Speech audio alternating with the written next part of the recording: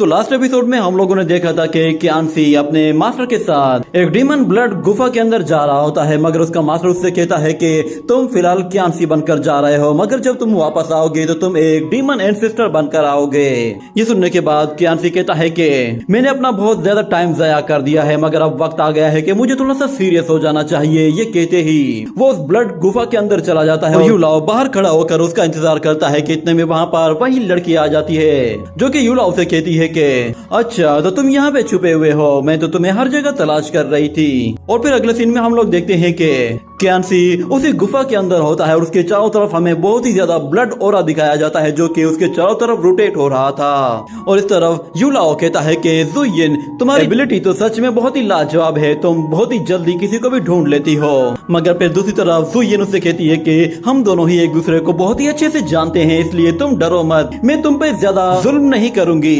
ये कहते ही वो फौरन से अपना एक नाइफ निकालती है और उससे कहती है कि तुम्हें इससे ज्यादा तकलीफ नहीं होने वाली। ये कहते ही वो उस पे अपनी नाइफ के साथ जैसे ही हमला करती है तो यूलाओ अपने आप को उससे बचाने की कोशिश करता है, मगर वो उस पर एक के बाद एक हमला किए जा रही होती है, जिसकी वजह से यूलाओ को भी उसे डॉज करने में थोड़ी सी दिक्कत का सामना करना पड़ता है, मगर वो उसके हर एक अटैक से बच रहा था।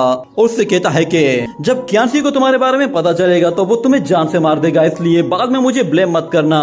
ये कहते हुए वो उसका जैसे ही हाथ पकड़ता है तो ज़ुयिन उसकी तरफ एक सीड थ्रो करती है, जिसे यूलाओ फौरन से अपने हाथों से पकड़ लेता है, मगर ज़ुयिन इतने में उसे एनर्जी से पुश करके वापस से पीछे धकेल देती है। ये देखने के बाद वो दोनों ही पूरी ताकत के साथ एक दूसरे की तरफ आगे बढ़ते हैं और एक दूसरे से टकराकर अपना पूरा जोर लगाते हैं। और इस तरफ हमें दिखाया जाता है क्यांसी को जो कि उसी ब्लड ओरा के चारों तरफ घिरा हुआ होता है। उसे बाहर की लड़ाई के बारे में भी पता था कि बाहर एक लड़ाई हो रही है। और इस तरफ हमें दिखाया जाता है कि ज़ुयिन उस पे बार बार हमला किए जा रही होती है। यूलाओ अपने आप को उससे बचाते हुए क्यांसी के लिए थोड़ा सा टाइम निकाल रहा था ताकि वो किसी तरह ट्रांसफॉर्म हो सके, और उसमें वो काफी हद तक कामयाब हो गया था। उसने ज़ुयिन का बहुत ही ज्यादा टाइम जाया कर दिया था। और इस तरफ हमें दिखाया जाता है कि क्यांसी आहिस्ता आहिस्ता ट्रांसफॉर्म होना शुरू हो जाता है और उसकी बॉडी में हमें बहुत ही ज्यादा ब्लड मार्क्स दिखाई देते हैं जो कि अलग अलग डीमन एम्परर्स की ब्लड वेंट्स होती हैं। और दूसरी तरफ हमें दिखाया जाता है कि यूलाओ उसे डॉज करते हुए पीछे हट जाता है और उससे कहता है कि तुम्हें क्या लगता है कि तुम इतनी आसानी से मुझे मार दोगी, मगर तुम क्यांसी को भूलना मत, वो मेरा बदला जरूर लेगा। ये मत समझ लेना कि वो मेरी मौत से उदास होगा, उसे गुस्सा दिलाना बिल्कुल भी ठीक नहीं होगा, वो तुम्हें पूरी तरह से खत्म कर सकता है। मगर फिर ज़ुयिन कहती है कि तुम्हारे अंदर एक बहुत ही खास एबिलिटी है, तुम लोगों को बहुत ही अच्छे से इरिटेट करते हो। ये कहते ही वो उस पे एक और एनर्जी अटैक करती है तो यूलाओ वहाँ से भी हट जाता है और ज़ुयिन के बिल्कुल ऊपर आकर उस पर एक के बाद एक पंचेस के साथ अटैक करना शुरू कर देता है, जिससे ज़ुयिन खुद को आसानी से बचा लेती है और उस पर एक पलटवार करते हुए उसे उसकी व्हील चेयर से भी नीचे गिरा देती है। यूलाओ उस अटैक की वजह से थोड़ा सा इंजर्ड हो गया था और ज़ुयिन उससे कहती है कि तुम्हारी ट्रिक काफी अच्छी है, तुमने मेरा काफी टाइम जाया किया है, मगर अब वक्त आ गया है कि तुम्हें अलविदा कहा जाए। ये कहने के साथ वो एक बहुत बड़ा स्टोन हवा में ऊपर उठाती है और उसे जैसे ही यूलाओ पे मारने वाली होती है तो यूलाओ वहाँ से निकलने की कोशिश करता है, मगर वो पत्थर उसके ऊपर ही गिर जाता है, जिसकी वजह से वो उसके नीचे दब जाता है। ये देखकर ज़ुयिन को लगा कि शायद इसका काम तमाम हो गया है। ये कहने के बाद हमें दिखाया जाता है कि अचानक से वो पत्थर हिलने लगता है और आहिस्ता आहिस्ता हवा में ऊपर आ जाता है। उसके नीचे असल में हम लोग दोबारा से क्यांसी को देखते हैं। वो पूरी तरह से ट्रांसफॉर्म हो चुका था और उसने यूलाओ को भी बचा लिया था। उसे देखकर ज़ुयिन कहती है कि ये तो सच में ट्रांसफॉर्म हो गया है, मैंने ऐसा डीमन एंसेस्टर लास्ट टाइम 10,000 साल पहले देखा था, लगता है कि अब एक बहुत ही अच्छी फाइट होने वाली है। और दूसरी तरफ हम लोग क्यांसी को देखते हैं, वो अपनी एनर्जी से उस बड़े पत्थर के टुकड़े टुकड़े कर देता है और फिर उसे सीधा ज़ुयिन के ऊपर थ्रो कर देता है, मगर ज़ुयिन उससे खुद को बचा लेती है और फिर क्यांसी से कहती है कि तुम्हारी स्ट्रेंथ वो काफी अच्छी है, मुझे लगता है कि शायद हमें एक साथ बैठकर थोड़ी सी ड्रिंक करनी चाहिए, मैं तुम्हारा इंतजार करूंगी। ये कहते ही वो वहाँ से चले जाती है और दूसरी तरफ क्यांसी यूलाओ से कहता है कि तुम जिंदा तो हो ना, तो यूलाओ अपना सिर ऊपर उठाता है और कहता है कि मैं अभी जिंदा हूँ। और दूसरी तरफ हम लोग शुयांग को देखते हैं जो कि एक जगह बैठकर एक बुक को पढ़ रहा होता है और याया एक छोटे से पूल में नहा रहा था और वो कहता है कि ये क्या हुआ, ऐसा क्यों लग रहा है कि जैसे मेरा ब्लड वो बॉयल हो रहा है। मगर वो इसे इग्नोर करके दोबारा से उसी पानी पर लेट जाता है और कहता है कि सच में आज का दिन तो कितना अच्छा है। सब लोग वहाँ पर एंजॉय कर रहे होते हैं और शु यांग अभी भी उसी बुक में पढ़ने की कोशिश कर रहा था। और इस तरफ मियांग वो उस लड़के के पास आती है और उससे आकर कहती है कि तुम्हारा बहुत बहुत शुक्रिया कि तुमने मेरे डीमन क्लैन को दोबारा से रीस्टोर कर दिया। सब लोग अब पहले जैसे ही हो गए हैं। मगर फिर बाइलिंग उससे कहता है कि ये तो कोई बड़ी बात नहीं थी, मुझे तो ये काम करना ही था क्योंकि मुझे मेरे मास्टर ने ऑर्डर दिया था। ये कहने के बाद वो उन्हें अपना एक और मिक्सचर दिखाते हुए कहता है कि क्या तुम इसे ट्राई करना चाहोगे।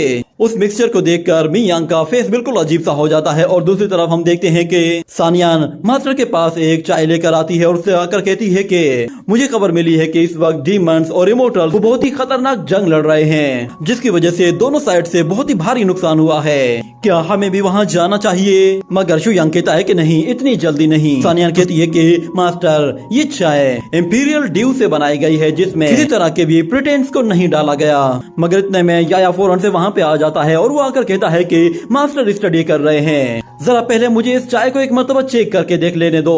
वो मास्टर से कहता है कि मुझे चेक करने दे कि ये चाय वाकई में आपके लायक है भी या नहीं। मगर शु यांग उसे वो चाय देने के बजाय खुद पी जाता है। और दूसरी तरफ याया जैसे ही सानियान की तरफ देखता है तो उसका चेहरा बिल्कुल अजीब सा हो जाता है। पर सानियान अपने पीछे मुड़कर देखती है तो उसे नजर आता है कि मियांग ने अपने चेहरे पर कोई अजीब सी चीज लगाई हुई है और याया भी उसी को ही देखकर डर रहा था। जिसके बाद सानियान उससे कहती है कि ये तुम्हारे चेहरे पर क्या हुआ है, क्या किसी तरह का कोई पॉइजन का असर हुआ है।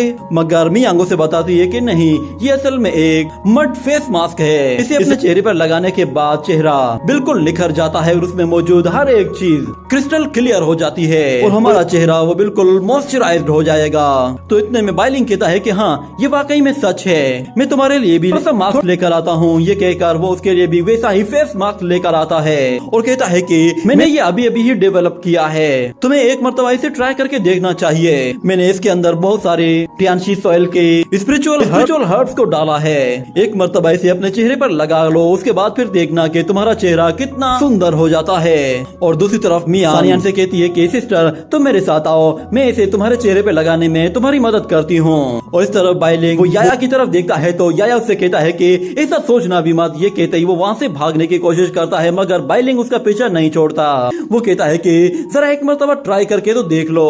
वो सब लोग यहाँ वहाँ भाग दौड़ रहे होते हैं और शु यांग मजे से चाय पी रहा होता है। जिसके बाद अगले सीन में हमें एंसेस्टर को दिखाया जाता है। दो एंसेस्टर अपने मास्टर के पास आते हैं और वो लोग आकर अपने मास्टर को बताते हैं कि डीमन क्लैन के मास्टर के एक जासूस ने हमें बताया है कि यू लाओ वो बहुत ही बुरी तरह से इंजर्ड हो चुका है और ऐसा लग रहा है कि जैसे वो बहुत जल्द मरने वाला है। वो वैसे भी रिटायर होने वाला था, अच्छा है कि वो मर जाए क्योंकि उन डीमन क्लैन के लोगों ने हमारी नाक पे दम किया हुआ था। अब अगर यू लाओ मर जाएगा तो वो लोग वैसे ही आपस में लड़कर मर जाएंगे और जैसे ही हमारी उन डीमन से जान छूट जाएगी तो हम लोग 5 मेरिडियंस में अकेले ही राज करेंगे, हमें रोकने वाला कोई भी नहीं होगा। मगर फिर वहाँ पे मौजूद दूसरी एंसेस्टर कहती है कि हमें रोकने वाला अभी भी एक डीमन एंसेस्टर मौजूद है, हमें उसे भी अपने रास्ते से हटाना होगा वरना वो अकेला ही इतना ताकतवर है कि वो हम सबको खत्म कर सकता है। ये सुनते ही वो दूसरा वाला एंसेस्टर कहता है कि अगर ऐसी ही बात है तो फिर हमें फौरन से अपने लोगों को उसके पास भेजना चाहिए ताकि वो लोग उसे किसी तरह खत्म कर सके। मगर उन लोगों का मास्टर कहता है कि इसकी कोई जरूरत नहीं क्योंकि मैंने पहले से ही ये टास्क शेंघाई के हवाले कर दिया है और मुझे लगता है कि शायद अब तक तो वो जंग खत्म हो चुकी होगी। ये सुनते ही उसका डिसाइपल कहता है कि मास्टर आप तो सच में बहुत ही ज्यादा समझदार हैं क्योंकि शेंघाई वो हमेशा से ही एक प्रोफेशनल किलर रहा है, वो अपना काम बहुत ही ज्यादा सफाई से और बिल्कुल टाइम पे कर देता है। तो वो लड़की कहती है कि हाँ, अगर वो आंडली को लेकर वहाँ पर गया है तो उसने तो अब तक डीमन क्लैन को डिस्ट्रॉय करके रख दिया होगा। जिसके बाद अगले सीन में हमें एंसेस्टर क्लैन के एक और वॉरियर को दिखाया जाता है जिसके सामने टियानशी खड़ा हुआ होता है। उन सब लोगों की सिट्टी पिट्टी गुम हो चुकी होती है और वो लोग उसकी सोर्ड को देखकर कहते हैं कि ये कोई ब्लड नाइफ नहीं है, मुझे तो ऐसा लग रहा है कि जैसे ये कोई डीमन क्लैन की होली सोर्ड है जिसे सिर्फ और सिर्फ डीमन एंसेस्टर कंडेंस कर सकते हैं। इसका मतलब ये तो नहीं है कि वो लेजेंडरी डीमन एंसेस्टर दोबारा से रिवाइव हो चुका है। लगता है कि शायद डीमन क्लैन को गॉड ने फिर से एक और मर्तबा डीमन एंसेस्टर्स की ब्लेसिंग दी है। मगर हम लोग भी पीछे रुकने वाले नहीं है, हम लोग किसी तरह के एंसेस्टर से नहीं डरते। मगर दूसरी तरफ डीमन क्लैन के लोग कहते हैं कि हम लोग आज सारे के सारे डीमन एंसेस्टर्स को मारने वाले हैं और अपना बदला लेने वाले हैं। मगर एंसेस्टर क्लैन का वो वॉरियर कहता है कि तुम्हारे पास एक डीमन एंसेस्टर है तो फिर क्या हुआ, हमारे एंसेस्टर ही 5 मेरिडियन के मास्टर बनेंगे और तुम्हारा ये एंसेस्टर सिर्फ और सिर्फ देखता ही रह जाएगा। ये सुनकर क्यांसी कहता है कि अच्छा तो फिर ठीक है, मैं देखता हूँ कि कौन 5 मेरिडियन पर राज करता है। और दूसरी तरफ वो वॉरियर कहता है कि चलो फिर मैं देखता हूँ कि तुम्हारा डीमन एंसेस्टर वो क्या कुछ कर सकता है। ये कहते ही वो अपनी सोर्ड के साथ जैसे उस पर हमला करता है तो क्यांसी उसे डॉज करके उसकी सोर्ड के ऊपर अपना पैर रख देता है और वो वॉरियर अपना पूरा जोर लगाकर भी अपनी सोर्ड को निकालने की कोशिश करता है मगर नहीं निकाल पाता। जिसके बाद क्यांसी जैसे अपना पैर हटाता है तो वो अपनी सोर्ड के साथ वहाँ से पीछे जा गिरता है और क्यांसी उससे कहता है कि जाओ और फेंग जू को बता दो कि मैं बहुत जल्द उसके पास आ रहा हूँ। और फिर अगले सीन में हमें दिखाया जाता है मिस चूचू और कॉमेट को। मिस चूचू कहती है कि हमारी किस्मत अच्छी थी इसलिए हम लोग बहुत ही फास्ट भागते हुए वहाँ से निकल आए, क्योंकि यूला और उसके साथियों ने पूरे मैजिक सिटी को बर्बाद कर दिया है। वहाँ से ये सारे पैसे निकालना इतना भी ज्यादा आसान नहीं था। वो कॉमेट से कहती है कि शुक्र मनाओ कि मैं तुम्हारे साथ मौजूद थी, अगर मेरे जैसी स्मार्ट लड़की तुम्हारे साथ मौजूद ना होती तो तुम कब के वहीं पे ही एक्सपोज हो जाते। मगर कॉमेट कहता है कि हम लोग मकाई के मैटर को तकरीबन जानने ही वाले थे, मेरे ख्याल से हमें वापस जाकर मास्टर को इसके बारे में रिपोर्ट कर देना चाहिए। मगर चूचू उसे साफ साफ मना कर देती है और कहती है कि मैं वापस नहीं जाने वाली, ना ही मैं किसी को कोई रिपोर्ट करूंगी। मैं टियान लांसेट की एक एक्सीलेंट डिसाइपल हूँ और मैंने मास्टर के साथ बहुत ही लंबा टाइम गुजारा है। पता नहीं तुम इतना टाइम मास्टर के साथ गुजारने के बाद भी सिचुएशन को क्यों नहीं समझ पा रहे।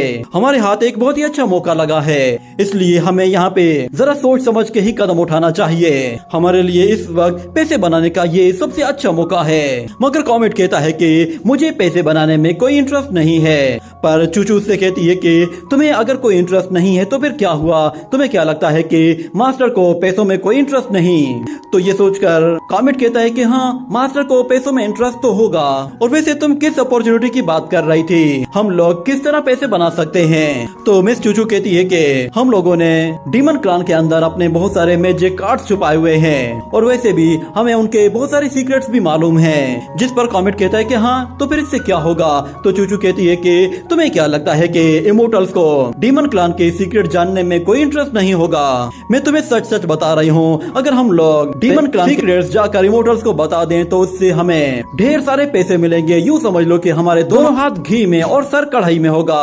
ये कहते हुए वो कॉमेट को कहती है कि बस मैं जैसा कहती हूँ तुमने बस वैसा ही करते जाना है। ये कहने के साथ ही ये एपिसोड यहीं पे ही एंड हो जाता है।